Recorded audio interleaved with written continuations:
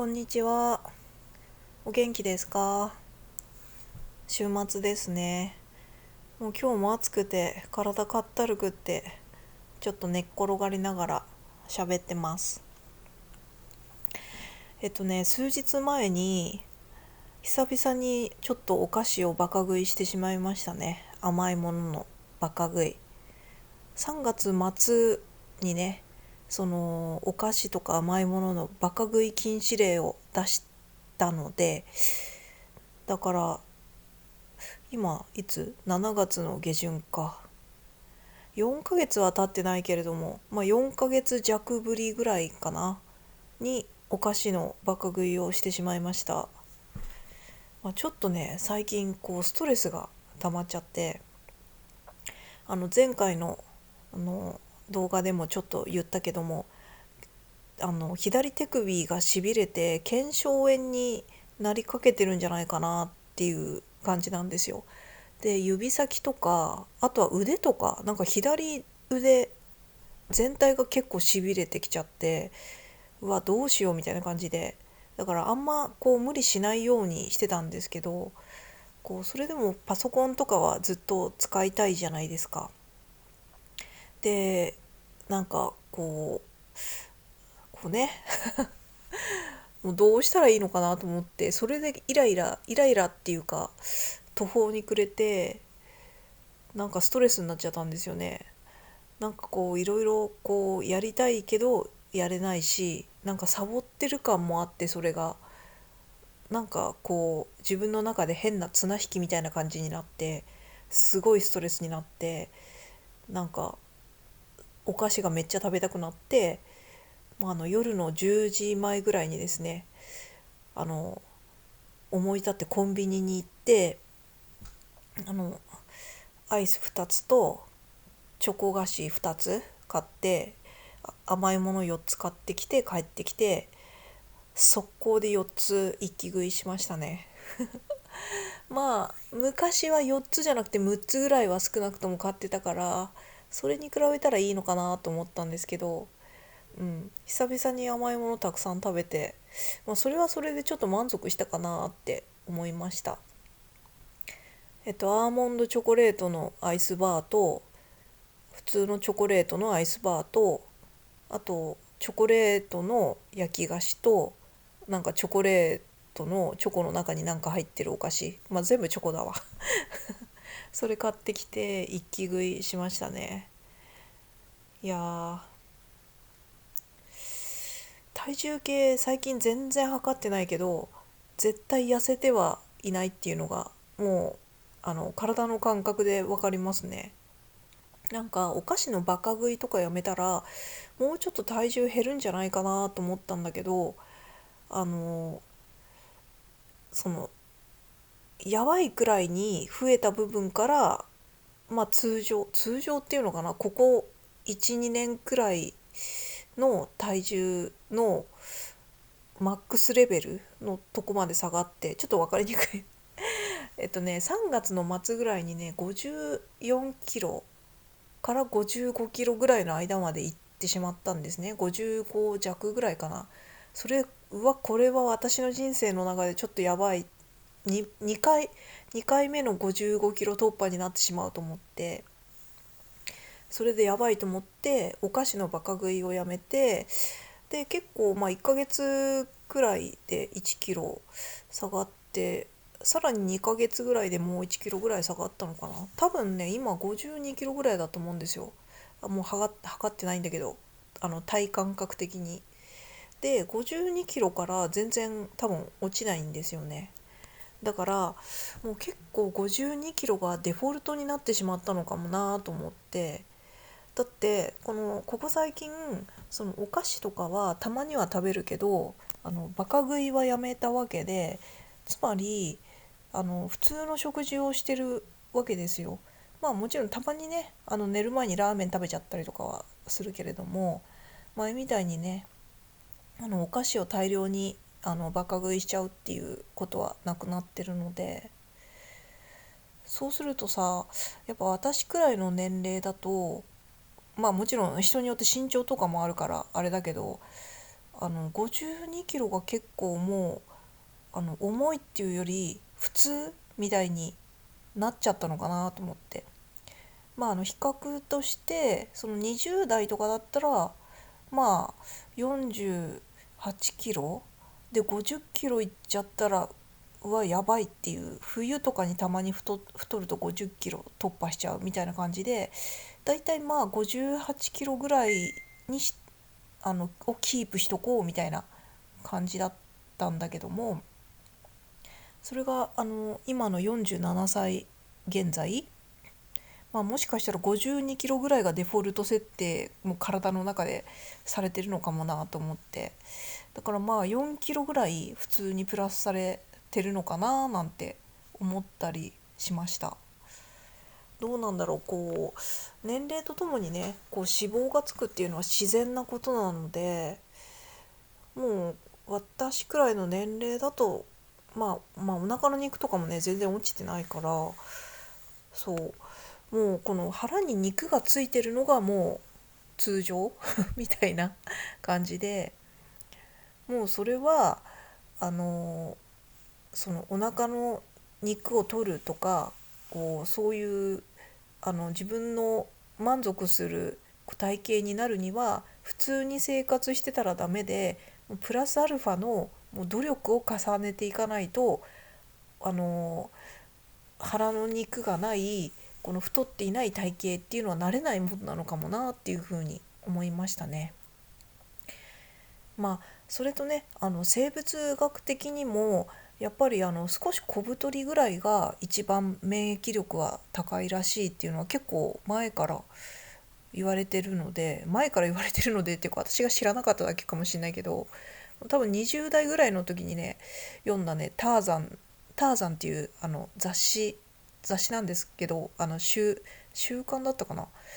その頃毎回ターザン買ってた時期があって、すごい記事が面白いんですよね。でそのターザンの記事であの小太りぐらいが一番免疫力が高いっていうのを書いてあって、すごいへーって思った記憶があるんですよね。でそれ以降もね結構いろんなところでそういう情報って目にするから、小太りぐらいが一番長生きとかもするし、死亡率とかもやっぱ低いらしいんですよ。すっごいデブはダメなんですけども、普通の体型よりもちょっと太っているぐらいの人が一番免疫力も高く死亡率も低いっていうデータがあるらしくて、多分ねそれ中年とかのデータだと思うんですよね、中年期以降。だからね自然にね体が脂肪をね少し小太り程度に蓄えるようになってんのかなっていうふうにちょっと思いましたね。脂肪はねつけすぎたら良くないけれども、適度な脂肪がないとね逆に免疫落ちるって言いますよね。よくボディービルダーみたいなね人とかが大会直前とかの体脂肪率がめっちゃ減ってる時とか、めっちゃ風邪ひきやすいとかよく聞きますしね。あとはマラソンランナーとかもね同じようなことを結構聞きますよね。だからやっぱり普通にこの生物体として免疫が高いのはきっと小太りなんだろうなと思って。だからちょっと見た目は悪いけどお腹が少しポコッとね出てるぐらいが一番健康なのかもなっていうふうに思いました。でアラフィフぐらいになってくるとねお腹にお腹が出っ張ってなくてスラッとねパンツとかも綺麗に履きこなせるような体型の人ってさ、やっぱ普通の生活じゃなくてかなり制限したりとか、かなりそれなりにボディメイクのための運動をしたりとかね、すごい特別になんかやってる人じゃないとちょっと無理ですよね。全体的に痩せてる人でもお腹だけはちょっと出たりとかしますよね。それが中高年の体型というか、なのである意味この52キロが私の場合はねデフォルトになってきたのは普通のことなのかなっていうふうにはちょっと思います。あとはねちょっと自分を擁護するわけじゃないんだけど、20代の頃とかよりも今の方がちょっとなんて言うんだろう、体が筋肉量が増える運動が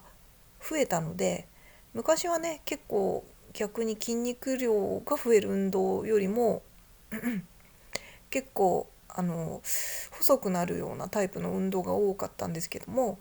最近はねちょっと体が大きくなるような運動もぼちぼちしたりとかしてるので、そういう意味では単純にこうちょっとがたいが良くなって、脂肪じゃなくてね、そういうふうに骨格筋とかが増えて、あのその分が体重に乗ってるのかもしれないなっていうふうには思います。結構ね肩周りとか前の T シャツとかがね少しきつくなったりとかしてるんですよね。だからこう肩とか腕とか背中とかね、その辺がちょっと分厚くなったのと、あとはちょっと最近落ちてきちゃったけど、お尻の筋肉もね一時期少し増やしたので、ちょっとねお尻も大きくなったかなって思うことがありましたね。大きくなったってわけじゃないのかもしれないけど、ただちょっとジーンズがきつくなる、腹が出たのか、それとも逆にスタイルが良くなってヒップアップしてジーンズがきつくなったのかはちょっと分かんないんだけど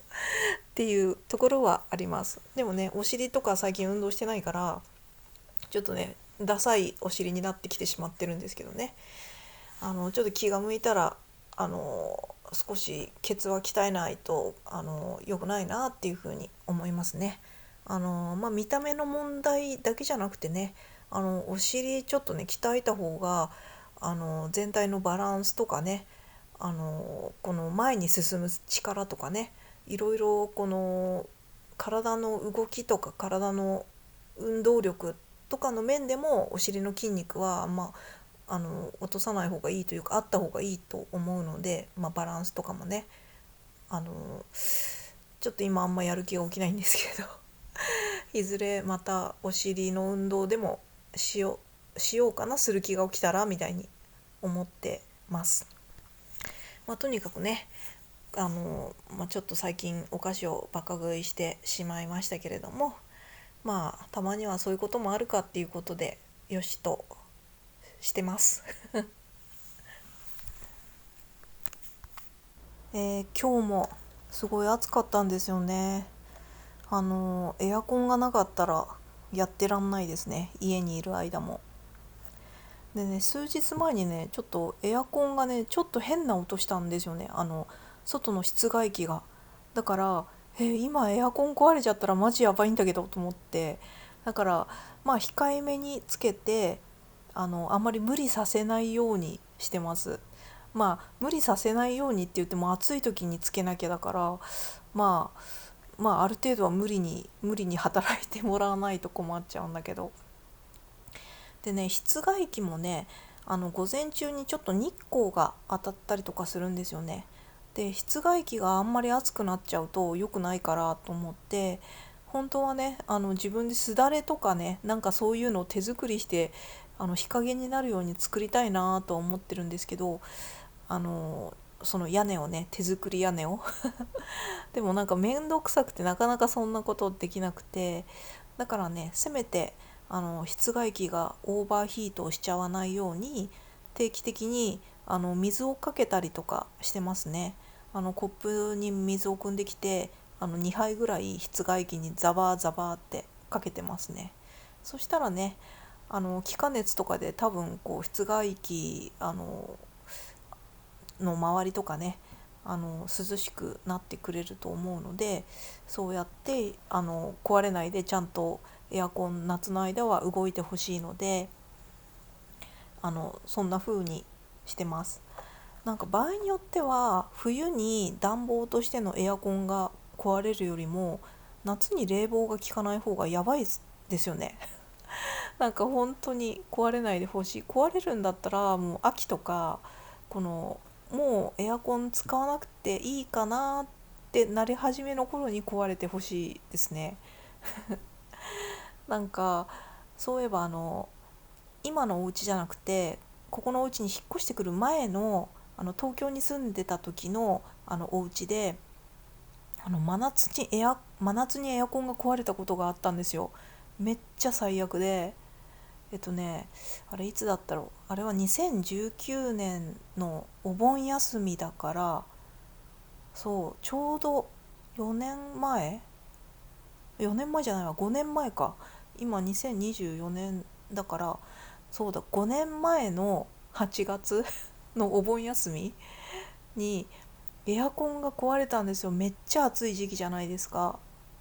で、お盆休みにですね、あのお盆休み10日ぐらいあったんですよね、会社のお盆休みが。で、10日もうちょっとかな、11日ぐらいかな。とにかく私その10日間を使ってタイに行ってきたんですよ、旅行で。海外旅行タイに行って帰ってきたんですけども、で帰ってきた次の日から仕事っていうスケジュールだったんですね。であの帰ってきたその日に、疲れたと思って、飛行機乗ってきたからね。でプーケットに行ったからバンコク乗り継ぎだったりとかするんで、結構飛行機も長かったんですよね。それで結構疲れて、結構大荷物でガラガラガラガラキャスターバッグとかをガラガラしながら家にやっと着いて、疲れたと思って、もうそこでエアコンつけてひんやりした部屋でちょっと昼寝でもしたいなと思ってたのね。もう次の日も仕事だし休みたいと思って、そしたらさ、エアコンがつかなくって、もう本当に部屋の中暑くて、あのもうやばかったね、もう本当に。で、何やってもつかなくて、全然涼しくならなくて、もうやばいと思って本当にあれはきつかったですね。旅行から帰ってきてクタクタなのに、もう蒸し風呂みたいな部屋で扇風機かけて、あの顔とか首とかにアイスの巻いて汗だくで過ごして、熱中症にならないように飲み物とか飲んで、ですぐ不動産屋とかに電話して、管理会社に電話して、であのいつもそこに電話すると、ここになんか修理じゃないか、なんかそう電気屋さんみたいないつもやってくれる業者さんがあって、そこに電話してくださいって言われて、そこに電話したら、今休み中ですぐ行けないみたいなこと言われて、でなんやかんやで結局来てくれたのが1週間後くらいだったんですよ。だから8月の中旬ぐらいにエアコンがない状態で1週間ぐらい過ごして、結構きつくて、ただなんだろう、暑さにはそこそこ慣れてたっていうか、10日間ぐらいタイに行ってたじゃないですか。タイも暑いし、しかもタイで丸々ちょっと運動とかして帰ってきたので、結構その炎天下で運動してたから若干体が暑さに慣れてたっていうのもあって、それでなんだろう、熱中症というか倒れたりとかせずには済んだんだけど、でももう場合によっては近くのホテルに1週間くらい泊まろうかどうか迷ったりとかはしたんだけども、とりあえず扇風機であの1週間どうにか過ごしたっていう記憶があります。で結構困ったのが、会社に行くのにメイクしなきゃなんないじゃないですか。でもエアコンがない、もう蒸し風呂みたいな部屋の中でメイクができないんですよ。だってもうずっと汗かいてきてるから、滝のように